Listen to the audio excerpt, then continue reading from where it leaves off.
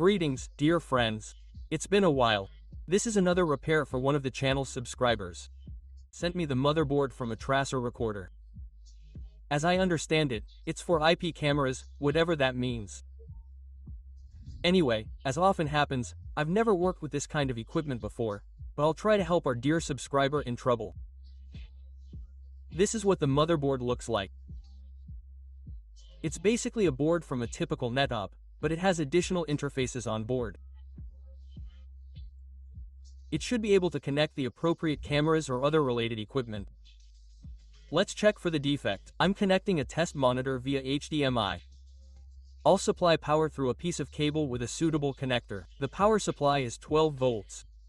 When power is supplied, the motherboard immediately starts up and begins consuming power for about 3 to 4 seconds, but nothing appears on the screen.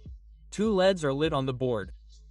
Apparently, one of them lights up when there is standby power, and the second when the board is turned on, that is, the power on indicator. The third, which is unlit, is the hard drive activity indicator. I assume this is similar to NetOp boards.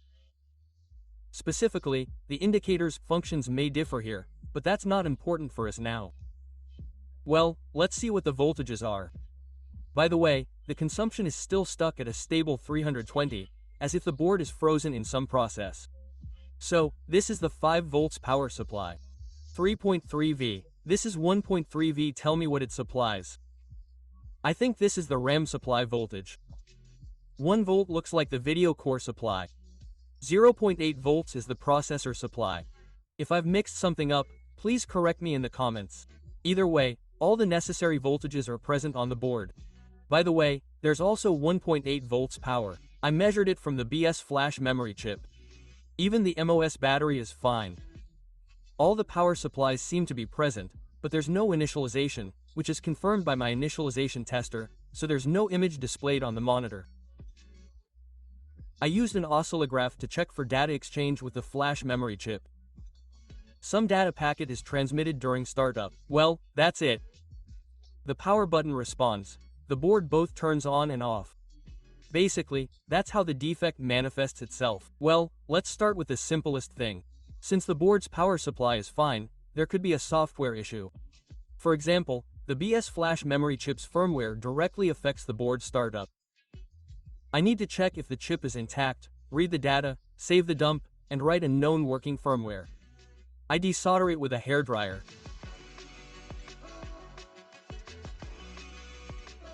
Then I install the programmer. Since the chip's power supply is 1.8 volts, I use a 1.8 volts adapter. The chip model is identified. I read the contents and saved the DAM. I found a known working firmware. I downloaded it and copied it to the chip.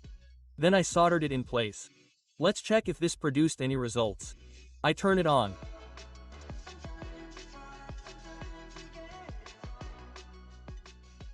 Still no initialization. No image is displayed on the monitor. I also checked just in case, since the initialization tester may not work on all platforms. So, the issue is not with the BOS, but something else. The processor is slightly warm. Let's check its condition. I release the latches and remove the heatsink.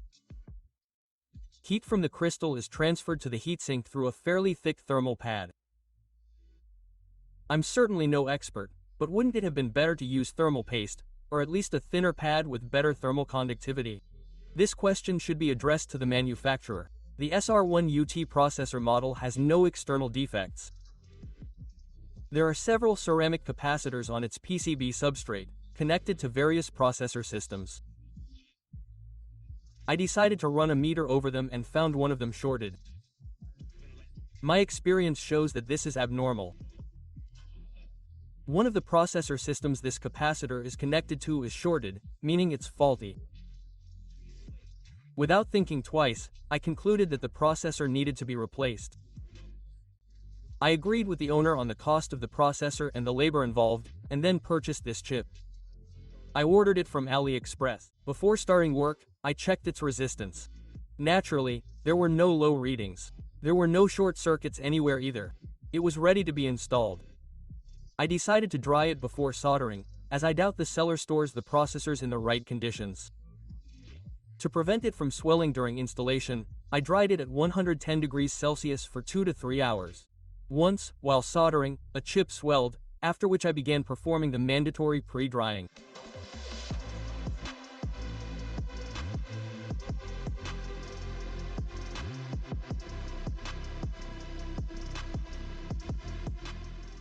I prepare the board. I remove the battery from the MOS and secure the brass standoffs. I apply a little flux to the processor. Currently, it's NC59.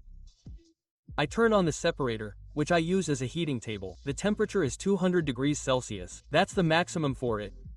Once the set temperature is reached, I turn on the upper heater. When the balls under the processor have melted, I move it and lift it with vacuum tweezers.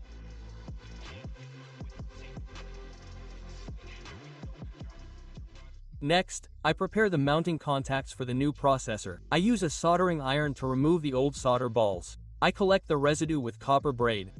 I wash off the used flux and apply new one. Now it's a good soldering flux. F+ 411. I distribute it evenly with a cotton swab.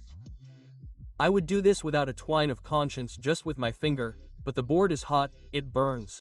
I install the processor according to the key. Next, I turn on the separator. I wait for 200 degrees Celsius and connect the upper heater. After the processor starts to move, I push it, check if all the balls have melted, and that's it.